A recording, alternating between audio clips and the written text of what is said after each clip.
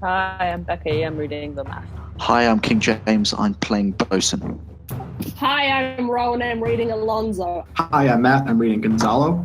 Hello, I'm James, and I'm reading Sebastian. I'm Diana. I'm going to be reading Antonio. I'm Will. I'm reading Mariners. I'm Library Girl. I'm reading Miranda. I am Guster, and I'm reading Prospero. I'm Luna Ravenclaw. I'm reading Ariel. I am Bones, and I'm reading Caliban. I'm Urkel. I'm reading Ferdinand. If by your art, my dearest father, you have put the wild waters in this roar, allay them. The sky, it seems, would pour down stinking pitch, but that the sea, mounting to the welkin's cheek, dashes the fire out. Oh, I have suffered with those that I saw suffer. A brave vessel, who had no doubt some noble creature in her, dashed all to pieces. Oh, the cry did knock against my very heart. Poor souls, they perished. Had I been any god of power, I would have sunk the sea within the earth, or ere it should the good ship so have swallowed, and the frauding souls within her. Be collected, no more amazement. Tell your piteous heart there's no harm done. Oh, woe the day! No harm. I have done nothing but in care of thee, my dear one, thee, my daughter, who art ignorant of what thou art, not knowing of whence I am, nor that I am more better than Prospero, master of a full poor cell, and thy no greater father. More to know did never meddle with my thoughts. 'Tis time I should inform thee farther. Lend thy hand, and pluck my magic garment from me. There, my art, wipe thou thine eyes, have comfort. The direful spectacle of the wreck, which touched the very virtue of compassion in thee, I have with such provision in mine art so safely ordered, that there is no soul, no, not so much perdition as a hair, be to any creature in the vessel, which thou heardst cry, which thou sawst sink. Sit down, for thou must know farther. You have often begun to tell me what I am, but stopped and left me to a bootless inquisition, concluding, stay, not yet. The hour's now come. The very minute bids thee thine ears. Obey and be attentive. We came unto this cell. I do not think thou canst, for then thou wast not out 3 years old. Certainly, sir, I can. By what? By any other house or person? Of anything that image tells that hath kept with thy remembrance? 'Tis far off, and rather like a dream than an assurance that my remembrance warrants. Had I not 4 or 5 women once that tended me? Thou hadst, and more, Miranda. But how is it that this lives in thy mind? What seest thou else in the dark backward and abyss of time? If thou rememberedst aught ere thou camest here, how thou camest here thou mayst. But that I do not. 12 years since, Miranda. 12 years since thy father was the Duke of Milan and a prince of power. Sir, are you not my father? Thy mother was a piece of virtue, and she said thou wast my daughter, and thy father was Duke of Milan, and thou his only heir, and princess no worse issued. Oh, the heavens! What foul play had we that we came from thence? Or blessed was it we did? Both, my girl. By foul play, as thou sayest, we were heaved thence, but blessedly holp hither. Oh, my heart bleeds to think of the teen that I have turned you to, which is from my remembrance. Please you farther. My brother and thy uncle, called Antonio, I pray thee, mark me, that a brother should be so perfidious. He whom next thyself of all the world I loved, and to him put the manage of my state. As at that time, though all my signatories it was the first, and Prospero the prime duke being so reputed in dignity, and for the liberal arts without a parallel. Those being all my study, the government I cast upon my brother, and to my state grew stranger, being teleported and wrapped in secret studies. Thy false uncle, dost thou attend me? Sir, most heedfully. Grant suits, how to deny them, who to advance, and who to trash for overtopping, new created the creatures that were mine, I say, or changed them, or else new formed them, having both the key of officer and office, set all hearts in the state to what tune pleased his ear, now that he, the ivy witch, had hid my princely trunk, and sucked my verdu out on it. Thou attendst not. Oh, good sir, I do. Pray thee mark me, and all dedicated to closeness and the bettering of my mind with that which but by being retired so o'erprized all popular rate in my false brother, awaked in evil nature. And my trust, like a good parent, did beget of him a falsehood in its contrary, so great as my trust was, which had indeed no limit, a confidence sans bound. He being thus lorded, not only with what my revenue yielded, but what my power might else extract, like one who having into truth by telling it, made such a sinner of his memory to credit his own lie, did he believe he was indeed the Duke, out of the substitution and executing the outward face of royalty with all prerogative. Hence his ambition growing. Dost thou hear? Your tale, sir, would cure deafness. Have no screen between this part he played and him he played it for. He needs will be absolute Milan. Me, poor man, my library was dukedom large enough of temporal royalties. He thinks me now incapable. Confederate, so dry he was for sway, with the king of Naples to give him annual tribute, do him homage, subject his coronet to the crown and bend the dukedom, yet unbowed. Alas, poor Milan, to most ignoble stooping. Oh, the heavens! Mark his condition and the event. Then tell me if this might be a brother. I should sin to think but nobly of my grandmother. Good wounds have borne bad sons. Now the condition. The king of Naples, being an enemy to me and Variate, hearkens my brother's suit, which was that he, in lieu of the premises of homage, and I know not how much tribute, should presently extirpate me and mine out of the dukedom, and confer fair Milan with all the honors on my brother. Whereon a treacherous army levied one midnight, fated to the purpose did Antonio open the gates of Milan. And I in the dead of darkness, the ministers for the purpose hurried thence, me and thy crying self. Alack, for pity! I, not remembering how I cried out then, will cry it o'er again. It is a hint that brings mine eyes to it. Hear a little further, and then I'll bring thee to the present business which now's upon us, without the which this story were most impertinent. Wherefore did they not that hour destroy us? Well demanded, wench. My tale provokes that question. Not so dear the love my people bore me, nor set a mark so bloody on the business, but with colors fairer painted their foul ends. In few they hurried us aboard a bark, bore us some leagues to sea, where they prepared a rotten carcass of a boat, not rigged, nor tackle, sail, nor mast. The very rats instinctively had quit it. There they hoist us, to cry to the sea that roared to us, to sigh to the winds whose pity, sighing back again, did but loving wrong. Alack, what trouble was I then to you? A cherubim thou wast that did preserve me. Thou didst smile, infused with a fortitude from heaven when I have decked the sea with drops full salt under my burden groaneth, which raised in me an undergoing stomach to bear up against what should ensue. How came we ashore? By providence divine. Some food we had and some fresh water that a noble Neapolitan Gonzalo, out of his charity, being then appointed master of this design, did give us, with rich garments, linen, stuffs, and necessities, which since have steaded much. So of his gentleness, knowing I loved my books, he furnished me from mine own library with volumes that I prize above my dukedom. Would I might but ever see that man. Now I arise. Sit still and hear the last of our sea sorrow. Here in this island we arrived, and here have I, thy schoolmaster, made thee more profit than any princesses that can have more time for vainer hours, and tutors not so careful. Heavens thank you for it. And now, I pray you, sir, for still 'tis beating in my mind, your reason for raising this sea storm? Know thus far forth, by accident most strange, bountiful fortune, now my dear lady, hath mine enemies brought to this shore, and by my prescience I find my zenith doth depend upon a most auspicious star, whose influence if now I count not but omit, my fortunes will ever after droop. Here cease more questions. Thou art inclined to sleep, 'tis a good dullness, and give it way. I know thou canst not choose. Come away, servant, come, I am ready now. Approach, my Ariel, come. All hail, great master, grave sir, hail. I come to answer thy best pleasure, be it to fly, to swim, to dive into the fire, to ride on the curled clouds, to thy strong bidding cast Ariel and all his qualities. Hast thou spirit, perform to point the tempest that I bade thee? To every article. I boarded the king's ship, and now on the beak, now on the waist, the deck, in every cabin I flamed amazement. Sometimes I'd divide and burn in many places. On the topmast, the yards, and the bowsprit, I'd flame distinctly, then meet and join. Jove's lightning, the precursors of the dreadful thunderclaps, more momentary and sight outrunning were not. The fire and cracks of sulphurous roaring the most mighty Neptune seemed to besiege, and to make his bold waves tremble, yea, his dread trident shake. Brave spirit, who was so firm, so constant that this toil would not infect his reason? Not a soul, but felt a fever of the mad, and played some tricks of desperation. All but the mariners plunged in the foaming brine and quit the vessel. Then, all afire with me, the king's son Ferdinand, with hair upstaring, then like reeds, not hair, was the first man that leapt, cried, "Hell is empty, and all the devils are here."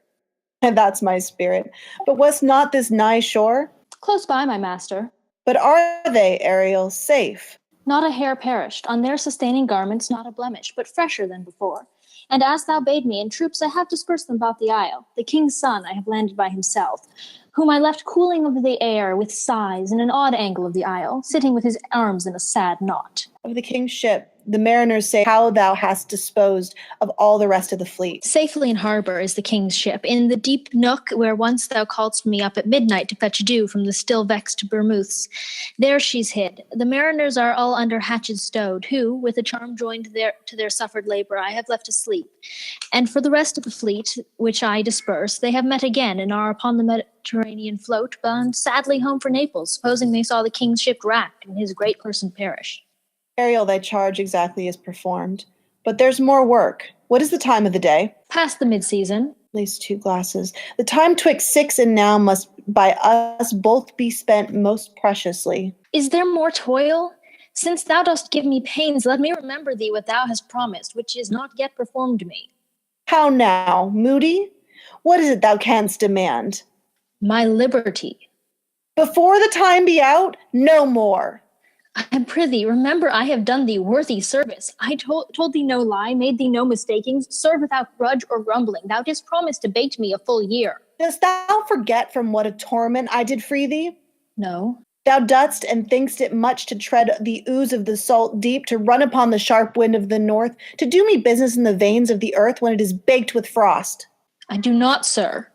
Thing. Hast thou forgot the foul witch Sycorax, who with age and envy was grown into a hoop? Hast thou forgot her? No, sir. Hast. Where was she born? Speak, tell me. Sir, in Argier. Oh, was she so? I must once in a month recount what thou hast been, which thou forgetst. That damn witch Sycorax, for mischiefs manifold and sorceries terrible to enter human hearing, from Algier thou knowest was banished. For one thing, she did they would not take her life. Is not this true? Aye, sir. I was hither brought with child, and here was left by the sailors. Thou, my slave, as thou reported thyself, wast that her servant. And for thou wast a spirit too delicate to act her earthly and abhorred commands. Refusing her grand hest, she did confine thee, by help of her more potent ministries in her most unmitigatable rage, into a cloven pine.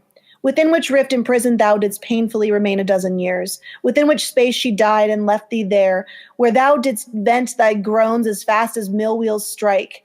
Then was this island, save for the son that she did litter here, a frecked whelped hag born, not honored with a human shape. Yes, Caliban, her son. Oh, thing, I say so. He, that Caliban, who I now keep in service. Thou best knowst what torment I did find in thee. Thy groans did make wolves howl and penetrate the breasts of ever angry bears. It was a torment to lay upon the damned which Sycorax could not again undo. It was mine art, when I arrived and heard thee, that made gape the pine and let thee out. I thank thee, master. Thou more murmst, I would rend an oak and peg thee in his knotty entrails, till thou hast howled away 12 winters. Pardon, master. I will be correspondent to command, and do my spriting gently. Do so. That's my noble master. What shall I do? Say what? What shall I do? Go make thyself like a nymph o' the sea. Be subject to no sight but thine and mine, invisible to every eyeball else. Go take the shape and hither come into it. Go, hence with diligence. Awake, dear heart, awake. Thou hast slept well, awake. The strangeness of your story put heaviness in me. Shake it off. Come on. We'll visit Caliban, my slave, who never yields us a kind answer. 'Tis a villain, sir, I do not love to look on. But, as 'tis, we cannot miss him. He does make our fire, fetch in our wood, and serve in offices that profit us. What ho, slave, Caliban, thou speak. There's wood enough within. Come forth, I say, there's no other business for thee. Come, thou tortoise, when? Fine apparition, my quaint Ariel, hearken thine ear. My lord, it shall be done. Up by the devil himself upon thy wicked dam, come forth. As wicked do as ere my mother brushed with raven's feather from wholesome, unwholesome fen, drop on you both, a southwest blow on you, and blister you all o'er. For this, be sure, tonight thou shalt have cramps, side stitches that shall pen thy breath up, urchins shall, for that vast of night that they may work, all exercise on thee. Thou shalt be pinched as thick as honeycomb, each pinch more stinging than bees that made 'em. I must eat my dinner. This island's mine by Sycorax my mother, which thou takest from me. When thou camest first, thou strokest me and made much of me, wouldst give me water with berries in it, and teach me how to name the bigger light and how the less. that burn by day and night, and then I loved thee and showed thee all the qualities of the isle. The fresh springs, brine pits, barren place, and fertile. Cursed be that I did so. All the charms of sycorax, toads, beetles, bats light on you. For I am all the subjects that you have, which first was mine own king, and here you sty me in this hard rock, whiles you do keep from me the rest of the island. Thou most lying slave, whom stripes may move, not kindness, I have used thee, filth as thou art, with human care, and lodged thee in mine own cell, till thou didst seek to violate the honor of my child. Oh, what's been done? Thou didst prevent me. I had peopled this isle with Calibans. Abhorred slave, which any print of goodness wilt not take, being capable of all ill, I pitied thee, took pains to make thee speak, taught thee each hour one thing or other, when thou didst not savage know thine own meaning, but wouldst gabble like a thing most brutish. I endowed thy purposes with words that made them known, but thy vile race, though thou didst learn, had that in it which good nature could not abide to be with. Therefore thou wast deservedly confined into this rock, who hadst deserved more than a prison. You taught me language, and my profit on it is I know how to curse. The red plague rid you for learning me your language. Hag seed hence, fetch us in fuel, and be quick. Thou it's best to answer other business. Shruck'st thou malice? If thou neglect'st or dost unwillingly what I command, I'll rack thee with old cramps, fill all thy bones with aches, make thee roar that beasts shall tremble at thy din. No, pray thee. His art is of such power it would control my damned god Cerberus and make a vassal of him. So slave hence. Come unto these yellow sands, and then take hands. Curtsy when you have, and kissed the wild waves whist. Foot it featly here and there, and sweet sprites bear the burden. Hark, hark, bow wow, watch the dogs bark, bow wow. Hark, hark, I hear the strain of the strutting chanticleer cry cock-a-diddle dow. Where should this music be? I the air or the earth? It sounds no more sure it waits upon some god of the island sitting on the bank, weeping again the king my father's wreck. This music crept by me upon the waters, allying both their fury and my passion, which is sweet air. Thence I have followed it, or it hath drawn me rather, but 'tis gone. No, it's begin again. Full fathom 5, thy father lies, of his bones are coral made.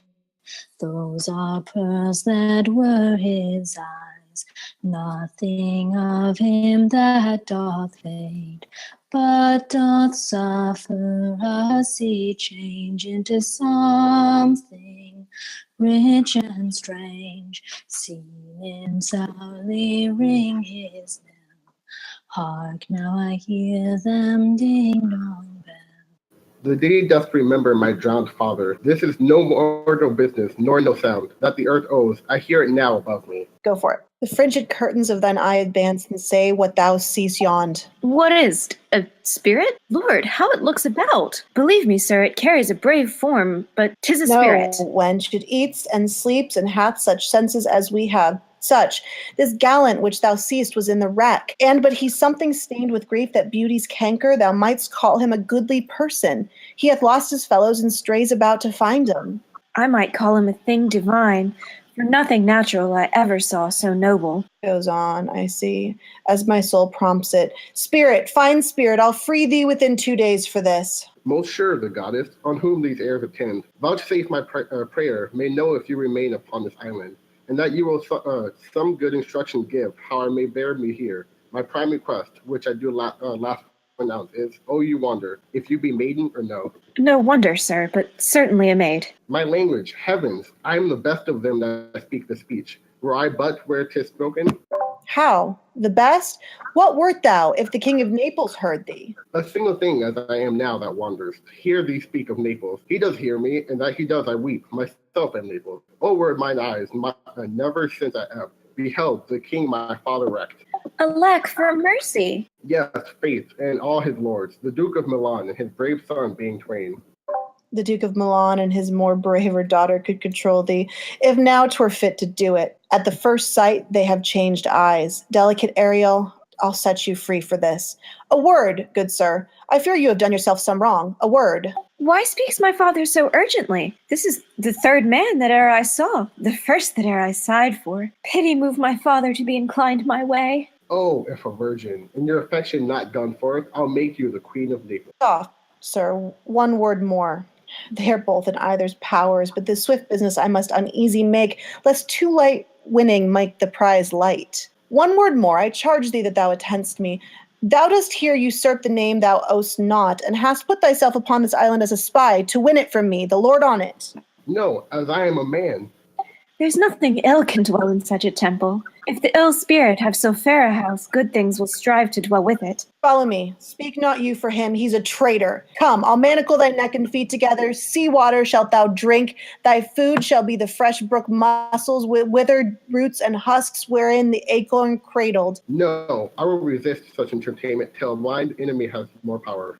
Oh, dear father, make not too rash a trial of him, for he's gentle and not fearful. Follow. But I say, my foot, my tutor, put thy sword up, traitor. Who makes to show but darest not strike? Thy conscience is so possessed with guilt.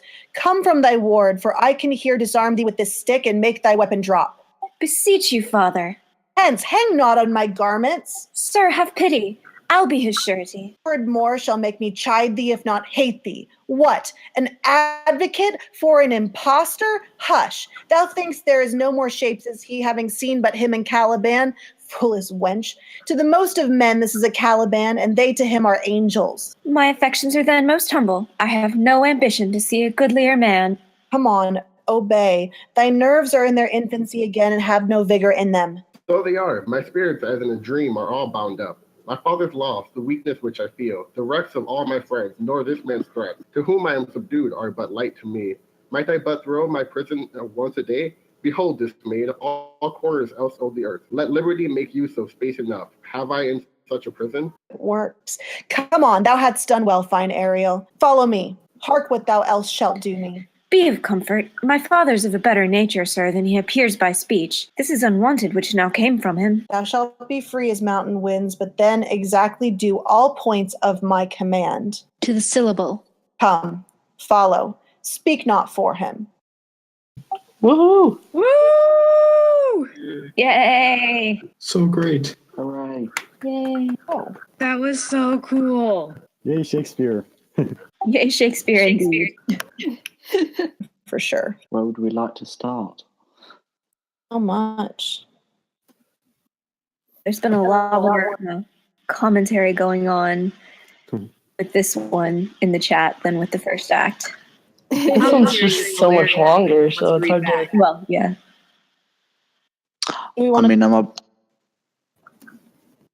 I'm about to head off for bed, but I'll just make a quick point. I think it's interesting to compare Prospero's relationship with the other characters, how he treats Miranda, how he treats Ariel, how he treats Ferdinand, and of Caliban, of course. Prospero's a dick. Yeah. I mean, doesn't he essentially like manipulate Miranda's feelings into like He manipulates Ferdinand? He manipulates everyone in the play. Yeah. Like that's kind of his whole shtick. I think it's interesting Miranda's line, "My father's of a better nature, sir." Like we've got no evidence of that so far. Yeah. You know, she's just this Manipulated. swoony teenage girl who's like, that's the first thing I've ever seen that's not related to me that I could, get it on with. I mean, so. and also like she, every time Prospero says a bad thing or whatever, he puts Miranda to sleep. So. He has lived That's with true. him for So quite a long time. I mean, we have to imagine this complexly and say that, yes, Prospero is kind of a dick in many occasions. And yes, Prospero also is very manipulative, but there is genuine affection. His intentions are good, but the way he goes about it is not too great. Yeah, He's definitely well intentioned. To be the overprotective dad for his daughter. Like that's that's the goal there. And he's trying really hard to make sure Ferdinand is like actually worthy. Right. So, no, he already knows that Ferdinand's worthy. He's trying to get them to fall for each other by making it seem like he doesn't like. Well, I think it's also that like I feel I wasn't exactly like following the parts about where Prospero was retelling the story of like how they got to the island, but I don't think he had very good opinions of the royal family in general, though. So I'm not sure he particularly. I haven't read the rest of the play, so I don't know how much he likes Ferdinand genuinely. So basically, I don't think he knew Ferdinand before he left. Yeah, he was the Duke, and his brother was like, "You can go do something anatomically improbable to yourself. I'm going to be the Duke now. You can have this boat. Get out of my sight." Yeah. But Prospero did spend all his time like in his library studying instead of actually ruling. He left the rule to his brother. He wasn't a particularly good Duke, but he also didn't deserve to die, which is what Antonio tried to do. Yeah. Well, yeah. So, all right, guys, I have to go to a floor meeting, but keep talking, and I'll probably pop back in when I'm done. So, later. Bye. Bye. Does anyone have any questions?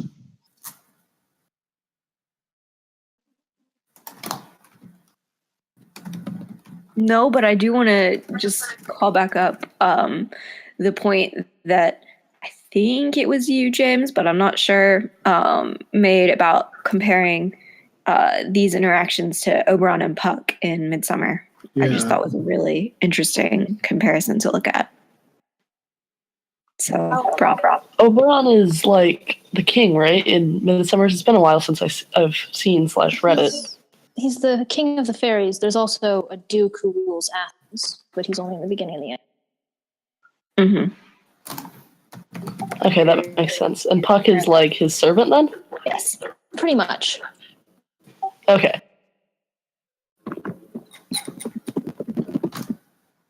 The relationship with power is a thing in almost all of Shakespeare's plays, and how you use power responsibly and how you lead well. And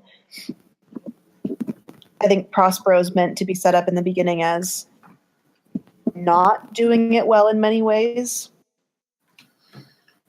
I would agree. And I think that like one thing that's really good about Shakespeare and like why he's survived for so long is that he has such a deep understanding of human nature and like how people work in general. And I think that the power dynamic is a big part of that too. And so he just understood that, and so that's what he wrote about, you know? Both good and bad. For sure. There's a really great line later that maybe I should just bring this up when we get to it, but Ariel says, "Mine would, sir, were I human," which is just like awesome to me because Ariel is like the least human person in the play, but he's the one telling Prospero, you're out of line, you've gone too far.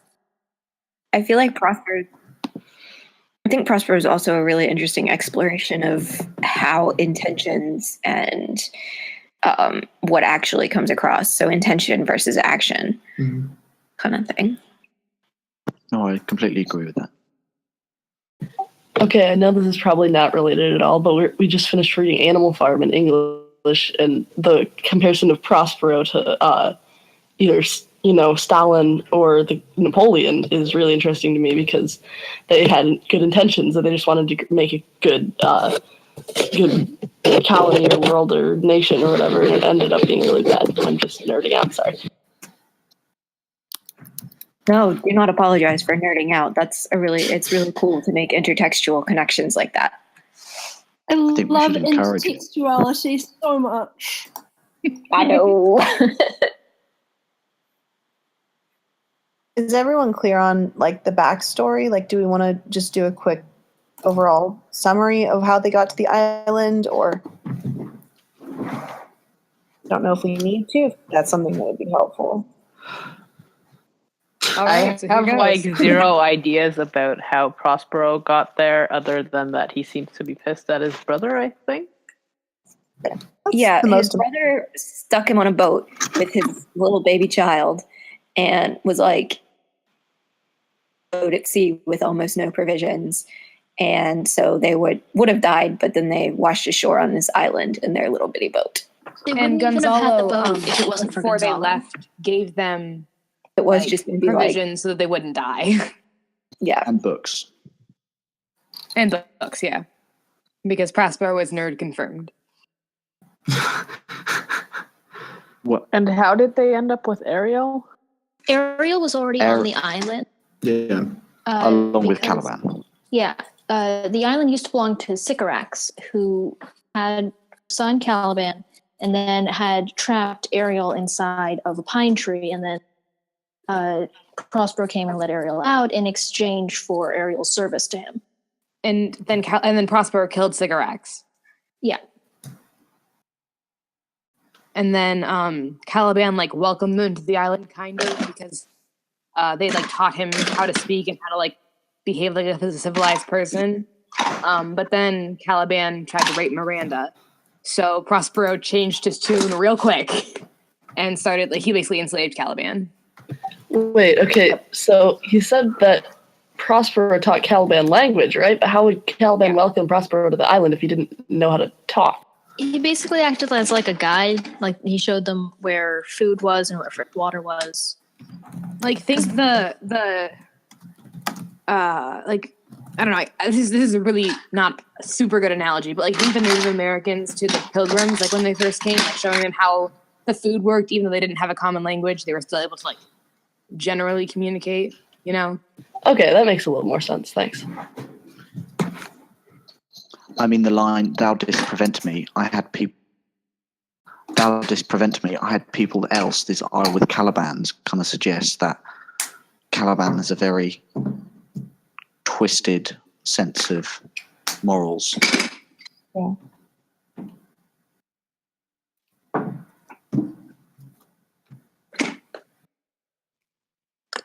Also, I would like to point out that Caliban speaks an iambic pentameter too, which kind of doesn't exactly contradict the nobility and other thing, but it does, I guess, indicate that a noble taught him to speak.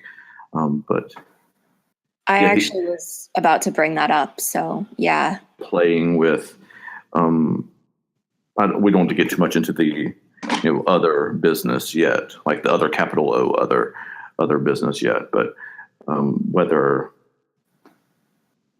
that he sort of did with Othello in that play, to talk about whether a slave, I'm using my quote fingers here, a slave could be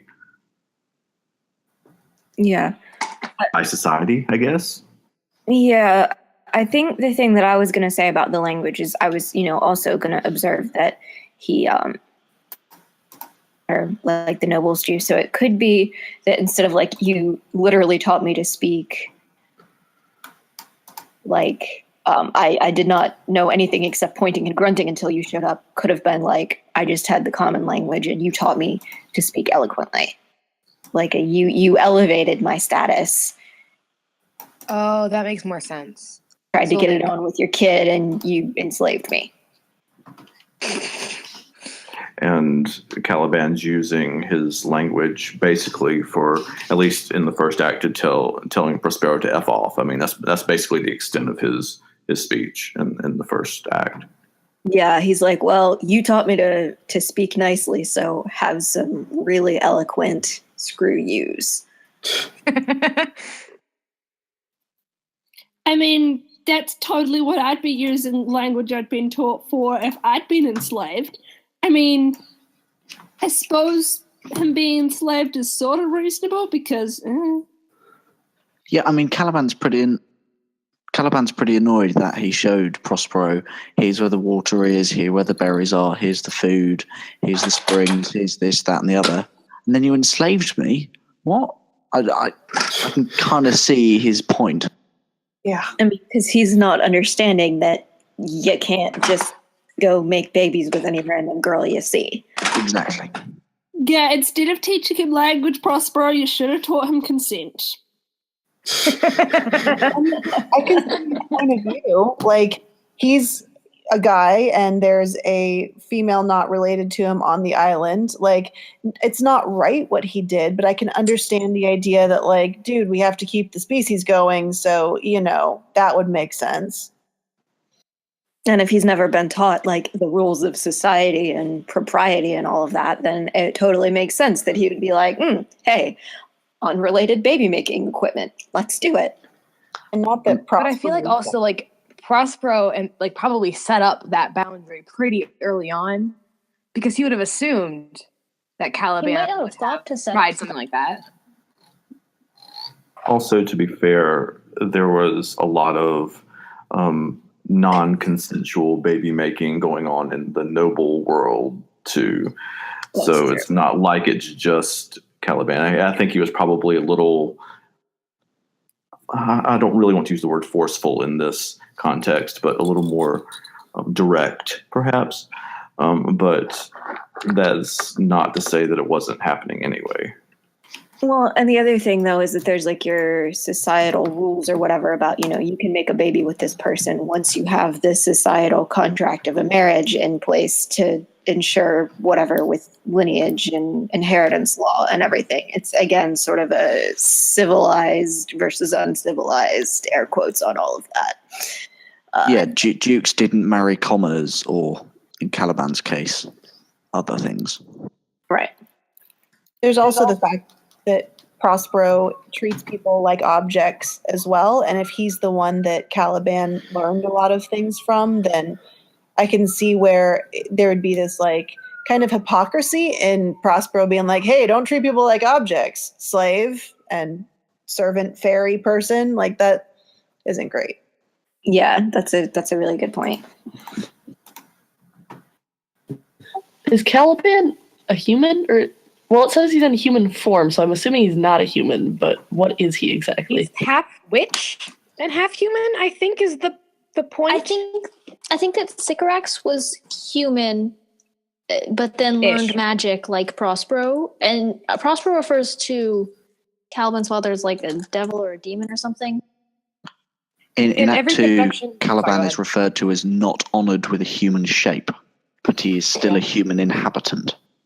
And he's called a monster several times by several different people, which could in all the productions that I've seen with Caliban in them, he's either had like leaves all over him, or he's like been painted, like his whole body's been painted like white or black or something. Like he's never looked like a person. He's always looked like a monster, deformed and things like that. So Caliban's not human and has magic and things. How did Prospero learn magic and enslave a fairy? His books. Maybe he didn't actually. Whenever he uses magic, Ariel is also on stage. I think it's implied that he just controls Ariel's magic. That's my reading of it. You can have. But at the very end, I mean, I don't want to spoil it overly much, but there does seem to be a symbol of Prospero's power. Yeah. Like that his own power, you know what I mean? I don't know if anyone understands my meaning there. No, absolutely. Yep.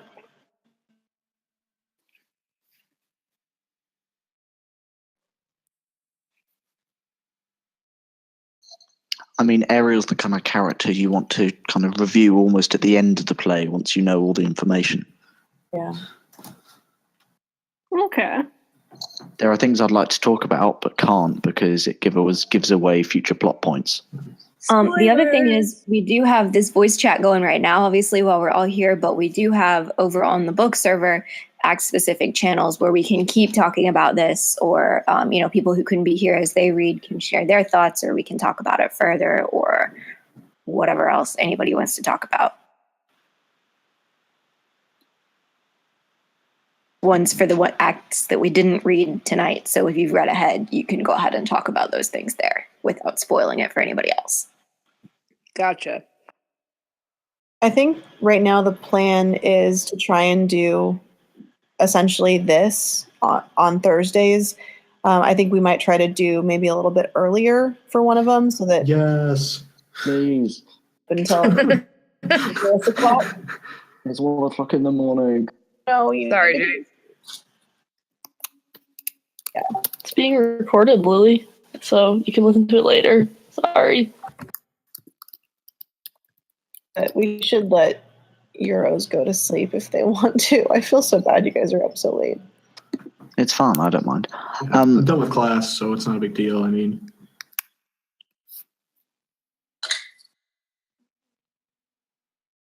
yeah. Lily, yes, go on, Elisa is here. Hello, Lily. Can I just ask, given our short information about Ferdinand, what do you think of him so far? The first thing he says to a girl is, "Are you a virgin?" I'm squicked out by this. don't think he's being intentionally malicious, but I do think that he doesn't necessarily have the best value system for judging. But then again, no one really did at the time, and I feel like Ferdinand has a better value system than like Antonio. Yeah. It may also have been, I mean, it's still like, dude, come on, but there may also be at least a little bit of like trying to gauge what kind of place he stumbled into. Yeah, totally. Like here, is this like some crazy island where everybody's sleeping with everybody, or like what's the deal? I like the idea that this is sort of like Romeo and Juliet was one of Shakespeare's earliest plays. This is one of his last. And if you look at like the Romeo, Juliet, and Friar Lawrence dynamic, where Romeo and Juliet fall in love at first sight, and then they enlist someone else's help to try and get them like a plan to fix everything. But in this play, it's kind of the opposite. Like the Friar Lawrence character is sort of orchestrating it in a way to like let them actually get to know each other a little bit better. So maybe it's like, okay, we've done the young love and watch how that explodes. So what happens when people intervene a little bit more? Romeo and Juliet knew each other for 3 days. Yes. Ferdinand and Miranda know each other for 3 hours. So far. Less than, I think. Minutes, something like that. That's good. That's fine. In But fairness, even Miranda like has literally never Prospero seen a mentions dude who's not her dad or Caliban. Yeah, I think that's a big part of it too. Like Ferdinand's probably attractive, but also like Miranda hasn't seen anybody like. And she's 15, so she's like smack dab in the middle of the whole puberty thing. Yeah. As the play says, this is the third man I e'er saw, the first I e'er sighed for. Pity moved my father to be inclined my way. Yeah.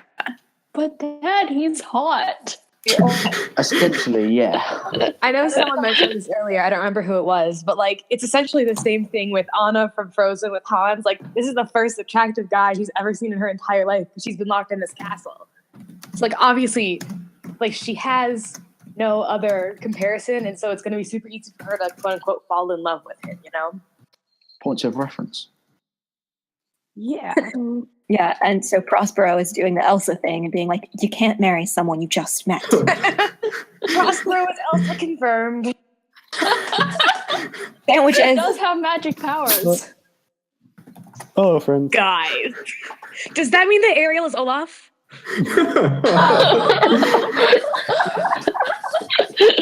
The Tempest is just really a thinly veiled parody of Frozen. Just devolved quickly.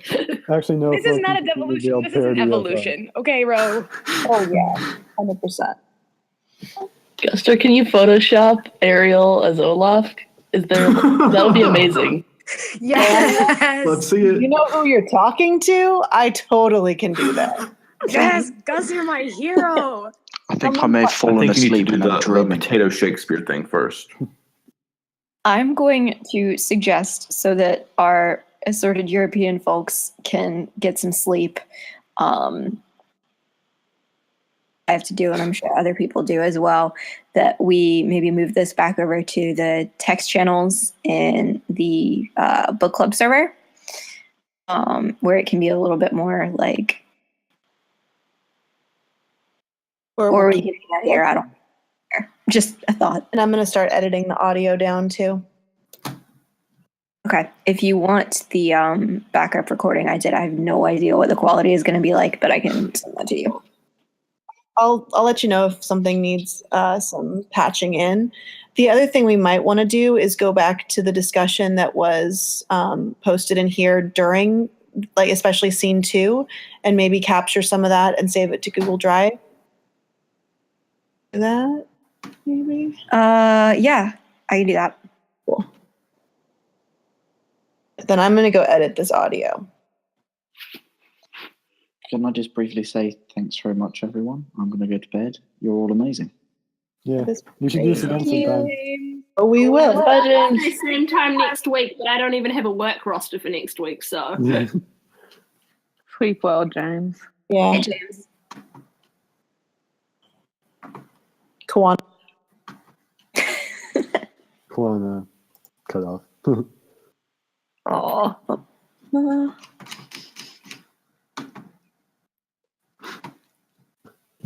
I just